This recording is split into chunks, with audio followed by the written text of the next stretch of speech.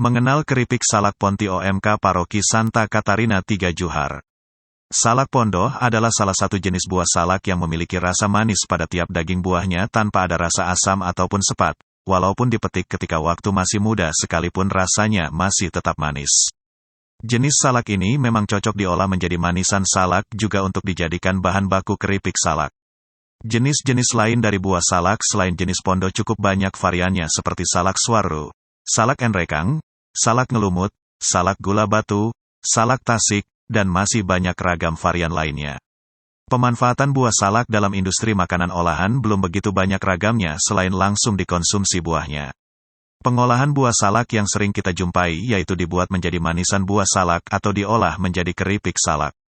Dari berbagai macam jenis salak yang telah dipaparkan sedikit di atas, bahwa buah salak yang baik untuk diproduksi menjadi makanan ringan atau keripik buah adalah jenis salak pondoh. Rasa yang manis dan kadar kandungan air yang lebih sedikit daripada jenis-jenis lainnya, lebih memudahkan proses pengolahannya, serta keripik salak yang dihasilkan akan manis rasanya dan tidak sepat atau pahit, walaupun tanpa memakai pemanis tambahan ketika memprosesnya. Selanjutnya kita masuk pada pengolahan keripik salak Ponti atau Pondoh 3 Johar. Dalam pembuatan keripik salak bahan yang digunakan adalah buah salak yang sudah matang, minyak nabati, dan gas LPG. Sedangkan, alat-alat yang diperlukan yaitu, keranjang, pisau, ember, alat penggoreng sistem hampa atau vacuum frying, alat peniris minyak atau spinner, kantong plastik untuk kemasan, spinner dan timbangan. Kita masuk pada proses pembuatan. Langkah pertama adalah pemilihan buah segar. Buah salak yang dipilih adalah buah yang berkualitas, matang pohon, tidak terlalu lunak, bebas hama dan penyakit serta kerusakan lain seperti memar atau busuk. Pemilihan dilakukan sore hari sehari sebelum produksi. Langkah kedua adalah tahap pengupasan kulit. Tahap ini dimulai dengan mengupas kulit menggunakan pisau anti karat atau stainless steel yang tajam atau dikupas seperti biasa dengan tangan sekaligus hilangkan kulit arinya. Tahap ketiga adalah pengirisan daging buah. Salak yang sudah dicuci kemudian diiris dengan pisau dapur anti karat. Bisa juga menggunakan pisau cutter yang tajam. Bentuk irisan sesuai dengan keinginan tetapi harus diusahakan menjadi bentuk yang menarik. Besar irisan sebaiknya diatur agar habis dengan 1-2 kali gigitan. Tahap keempat adalah pencucian dan penirisan.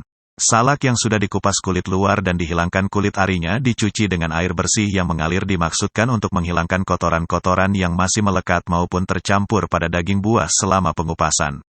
Lalu penirisan dimaksudkan untuk menghilangkan air bahan cucian yang melekat pada bahan agar proses penggorengan menjadi lebih cepat.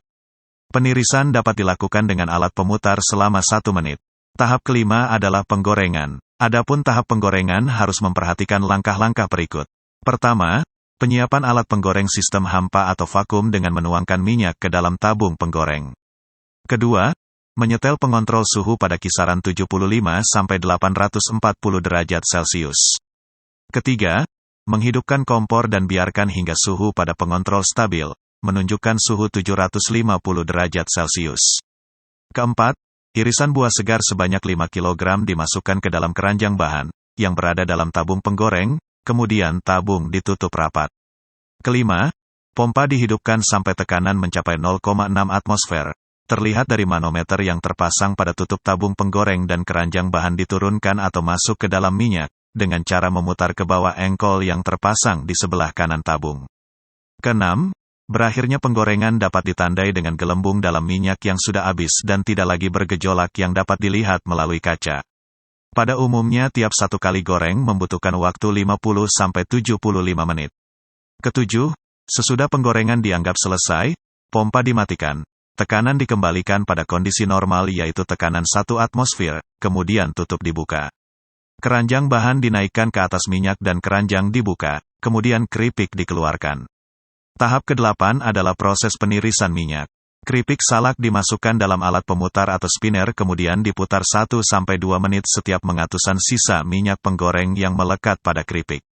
Pemutaran dilakukan 2 kali diselingi waktu 2-3 menit bertujuan setiap membuat keripik menjadi renyah. Setelah semua proses dilaksanakan, maka keripik salak siap dikemas dan dipasarkan.